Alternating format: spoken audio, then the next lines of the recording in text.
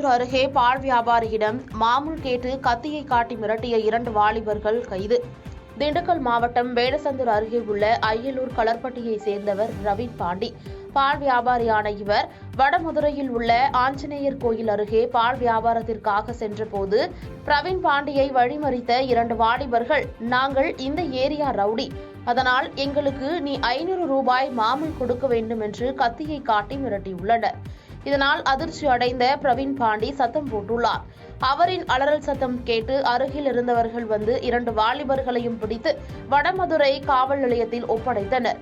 அவர்களிடம் Vadamadurai police sub inspector Siddique விசாரணை நடத்தியதில் ஸ்ரீகாந்த், சபரி கார்த்திக் என்பது தெரியவந்தது. அதனைத் தொடர்ந்து இருவர் மீதும் போலீசார் வழக்கு பதிவு செய்து கைது செய்து சிறையில் அடைத்தனர்.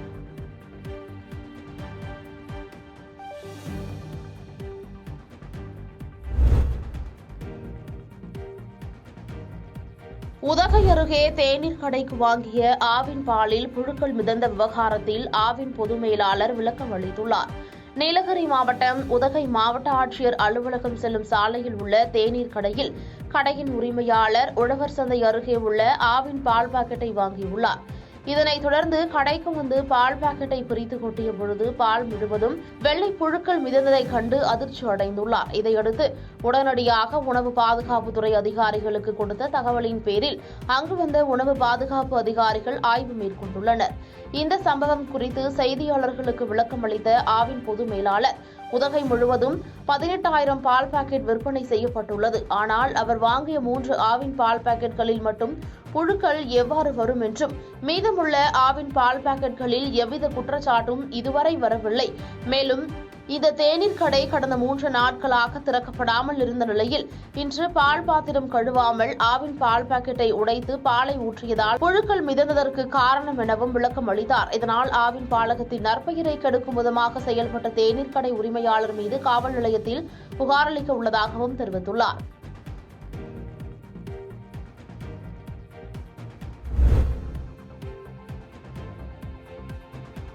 கேலூர் கிராமத்தில் ஸ்ரீ பூங்காவனத்தம்மன் கோயிலில் நடைபெற்ற தேர் திருவிழாவில் திரளான பக்தர்கள் தேரை வடம் பிடித்து இழுத்தனர்.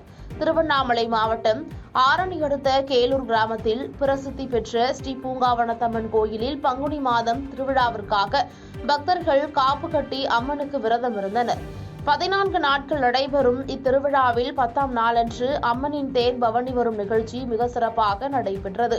சுமார் 30 அடி உயரமுடைய அலங்கரிக்கப்பட்ட தேரில் அம்மன் ஊஞ்சல் உற்சவத்தில் எழுந்து பக்தர்களுக்கு அருள் பாலித்தார். கரகாட்டம், பம்பை, உடுக்க என பல வாத்தியங்கள் முழங்க அம்மன் தேர் முக்கிய வீதிகளின் வழியாக பவனி வந்தது. நிகழ்ச்சிக்கு கண்ணமங்கலம் காவல் ஆய்வாளர் தலைமையில் போலீசார் பலத்த பாதுகாப்பு அளித்தனர். மேலும் போலூர் தீயணைப்புத்துறை சார்பிலும் தீயணைப்பு வீரர்கள் பாதுகாப்பு பணியில் ஈடுபட்டிருந்தனர்.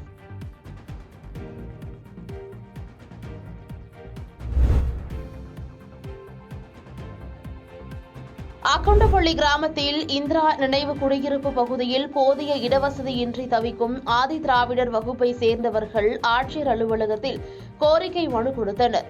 கிருஷ்ணகிரி மாவட்டம் தேன்கனிக்கோட்டை வட்டம் வைரமங்கலம் ஊராட்சிக்குட்பட்ட அக்கொண்டப்பள்ளி கிராமத்தில் கடந்த 30 ஆண்டுகளுக்கு முன்பு அன்னை இந்திரா நினைவு குடியிருப்பு திட்டத்தின் கீழ் 50 ஆதி திராவிடர் இன மக்களுக்கு தொகுப்பு வீடுகள் வழங்கப்பட்டுள்ளது.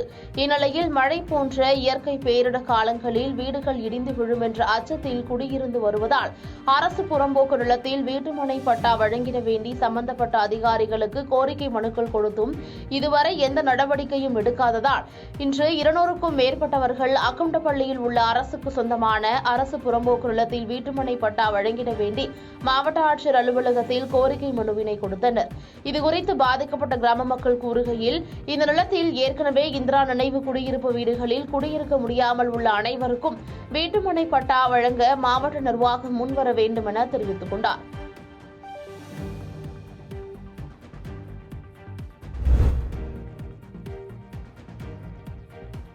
பொள்ளாச்சி அருகே ஊராட்சி மன்ற துணைத் தலைவரின் கணவரை தாக்கிய போதை இளைஞர்கள். கோவை மாவட்டம் பொள்ளாச்சி அடுத்த புளியம்பட்டி ஊராட்சி மன்ற துணைத் தலைவரான தேவிகாரணியின் கணவர் துரைசாமி. இவர் புளியம்பட்டி நூலகம் வழியாக சென்றபோது 2 கல்லூரி மாணவர்கள் மது அருந்திவிட்டு புகைத்துக் கொண்டிருப்பதை கண்டவர் அவர்களை கண்டித்துள்ளார். அப்போது துரைசாமியை அந்த இளைஞர்கள் அடித்து விரட்டி கல்லால் தாக்கியுள்ளனர். மேலும் துரைசாமியை அந்த இளைஞர்களிடமிருந்து பாதுகாக்க சென்ற அப்பகுதியைச் சேர்ந்த 3 பேரையும் போதை இளைஞர்கள் தாக்கியுள்ளனர். இதில் காயமடைந்த துரைசாமி உள்ளிட்ட 4 பேரும் மருத்துவமனையில் அனுமதிக்கப்பட்டுள்ளனர். இதுகுறித்து புளியம்பட்டி பகுதி மக்கள் கூறுகையில், தங்கள் பகுதியில் அதிகப்படியான போதை வஸ்துகள் புழக்கத்தில் உள்ளதாகவும் இதை அதிகாரிகள் கண்டுகொள்வதில்லை என குற்றம் சாட்டியதோடு போதைப் பொருட்கள் புழக்கத்தை கட்டுக்குள் கொண்டுவர நடவடிக்கை எடுக்க வேண்டுமென கோரிக்கை வைத்துள்ளனர்.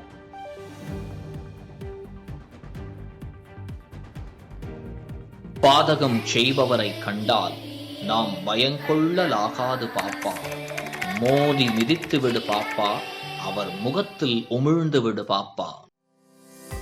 அண்மை செய்திகளை உடனுக்குடன் தெரிந்து கொள்ள இணைந்திருங்கள் இயம்நாடு தொலைக்காட்சியுடன்.